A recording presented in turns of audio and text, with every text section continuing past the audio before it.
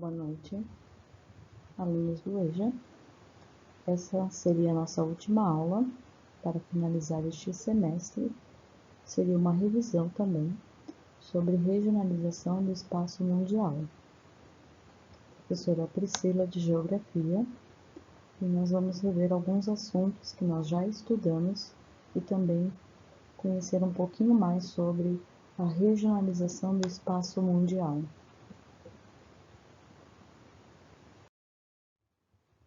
O que significa regionalizar?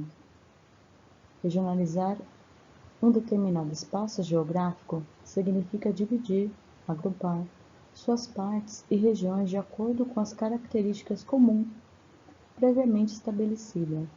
O espaço geográfico pode ser dividido e classificado de diferentes modos, critérios, em regiões ou grupos de países, por ser diferenciado em função da variedade de elementos da natureza, o clima, relevo, solo, vegetação e das sociedades, produção de riquezas, cultura, etc.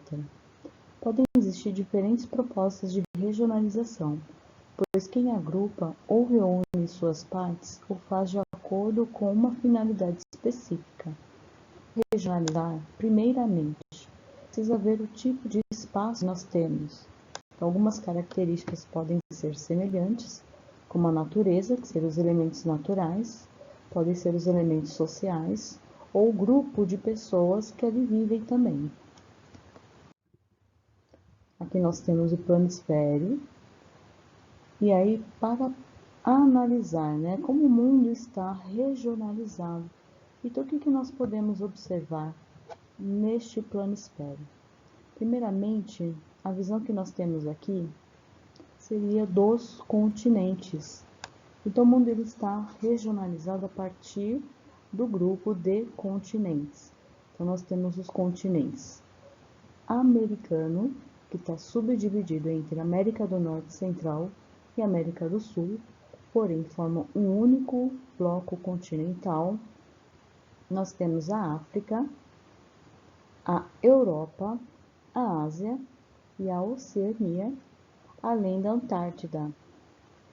São continentes formados por blocos de terras emersas que estão, no caso, circundado por águas oceânicas. Isso é uma forma de regionalização que nós temos.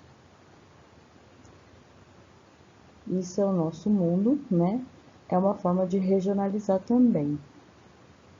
Como nós temos linhas imaginárias que dividem também de forma imaginária o nosso globo terrestre, também é uma forma de dividir o nosso planeta. Primeiro, a linha do Equador, que divide a Terra entre norte e sul, e o meridiano de Greenwich, que divide a Terra entre leste e oeste. Então, para falar do meridiano, que é a linha na parte vertical, a parte que está ao leste compreende aí parte da África, Europa, Ásia, Oceania, Japão. A parte oeste pega aí um pedaço, da Europa, uma parte da África, ao continente americano, a Groenlândia. Então, tudo isso faz parte da parte oeste da linha do meridiano. Agora, se falar da linha do Equador, a maior parte dos continentes se concentram no norte, hemisfério norte. Então, uma pequena parte da América do Sul está acima da linha do Equador. Metade do continente africano está acima da linha do Equador. Apenas a Oceania está abaixo. E os demais continentes estão acima da linha do Equador, ou seja, no hemisfério norte. Então, a América do Sul, quase toda a sua extensão, uma parte do continente africano e a Oceania e uma parte pequena da Ásia no hemisfério sul e a Antártida no hemisfério sul. Limitações desta regionalização. Então, nós temos os continentes, grandes extensões de terras emersas cercadas por oceanos e mares. Tradicionalmente considera-se que são 6 os continentes: América, África, Europa, Ásia, Oceania e Antártida. O parâmetro normalmente utilizado para definir o continente considera-se extensões de terras maiores do que a Groenlândia. Então, menor do que isso não se considera um continente. A Europa, geograficamente, é uma península de um continente denominado Euroásia, e só é considerada continente em virtude de ter sido berço da civilização ocidental. Então, por isso, como ela tem essa interligação com a Ásia, ela é denominada continente por ter sido o berço das civilizações ocidentais. A Oceania é um continente formado por vários arquipélagos e não uma grande extensão de terra cercada por mares e oceanos. Groenlândia é considerada a maior ilha do mundo, com 2.175.600 km². É um território autônomo da Dinamarca. Já a Austrália, com seus 7.682.300 km², não é considerada pela maior parte dos geógrafos como uma ilha, mas como uma porção continental da Oceania, devido à sua grande dimensão. Então, aqui ao lado, nós temos aí a Austrália e a comparação em relação, à Groenlândia. Então, sendo assim, ela não é comparada como uma terra imersa em um continente. Então, essa seria a maior ilha pertencente à Dinamarca. Aqui nós temos as divisões dos continentes. No mapa ele está assim: América em vermelho, Europa em roxo, a Ásia em amarelo, rosa Oceania, verde a África e branco a Antártida. Grandes porções de terras emersas, grandes massas continentais. Continente, nós temos o americano, continente Oceania, continente Antártida ou Antártida, continente Euro-África Asiático, porque eles estão interligados com a construção do canal de Suez, separação da massa continental africana da massa euroasiática, continente americano, continente euroasiático, Euroásia, continente africano, continente Oceania, continente Antártico. Tradicional divisão do continente, critério histórico-cultural: continente americano, continente europeu, continente asiático, continente africano, continente Oceania e continente Antártida.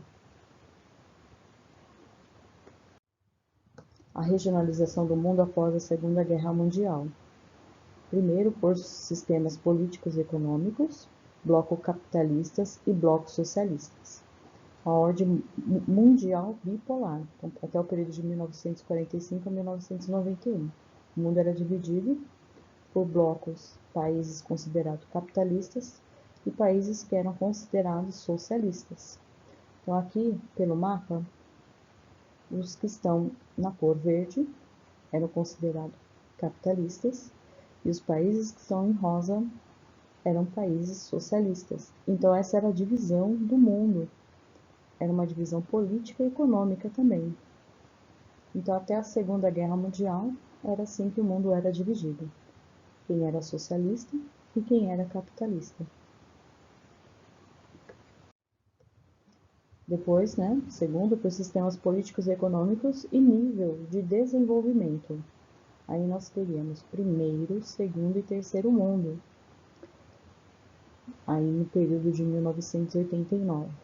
Primeiro mundo, países ricos e industrializados, seriam os países capitalistas desenvolvidos. Segundo mundo, países socialistas. E terceiro mundo, países capitalistas e subdesenvolvidos. No mapa, primeiro mundo está Canadá, Estados Unidos, França, Reino Unido, Austrália, em amarelo. Segundo mundo, Nós temos Cuba, Nicarágua, Argélia, Egito, Congo. Nós temos a União Soviética, China. São países que são considerados, segundo o mundo, socialistas. O Japão entra também no primeiro mundo. Tá? E terceiro mundo, nós temos América do Sul, México, parte da África, Irã, Índia, África do Sul. São países de terceiro mundo, países capitalistas subdesenvolvidos. 3. Regionalização por nível de desenvolvimento socioeconômico. Países desenvolvidos e países subdesenvolvidos. Pelo mapa nós temos a linha divisória norte-sul. Essa linha divide os países do hemisfério norte e do hemisfério sul, que seria a concentração. Países do norte, desenvolvidos, países do sul, subdesenvolvidos. Com a única diferença que a Austrália se consideraria país desenvolvido, mas está no hemisfério sul. Então essa linha teria uma curva, buscando a Austrália como país desenvolvido. Não considera a linha do Equador como marco divisório, mas as condições socioeconômicas dos países. Por isso que essa linha divisória ela não tem como referência a linha do Equador, e sim o nível de desenvolvimento dos países. É uma forma de regionalização muito limitada.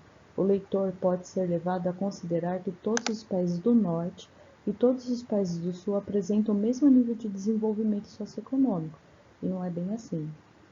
Alguns países do norte não têm o mesmo nível de desenvolvimento econômico, o mesmo nível de industrialização. Existem países que estão no alto nível de desenvolvimento e outros que ainda precisam melhorar. Então aí há uma falsa sensação, né, de marco divisório. Enquanto também na parte sul, países que já estão avançando em nível de desenvolvimento, como no caso Brasil, Argentina, África do Sul, que poderiam já estar acentuando nessa linha divisória. Então essa forma de regionalizar, né, não tem um critério muito específico.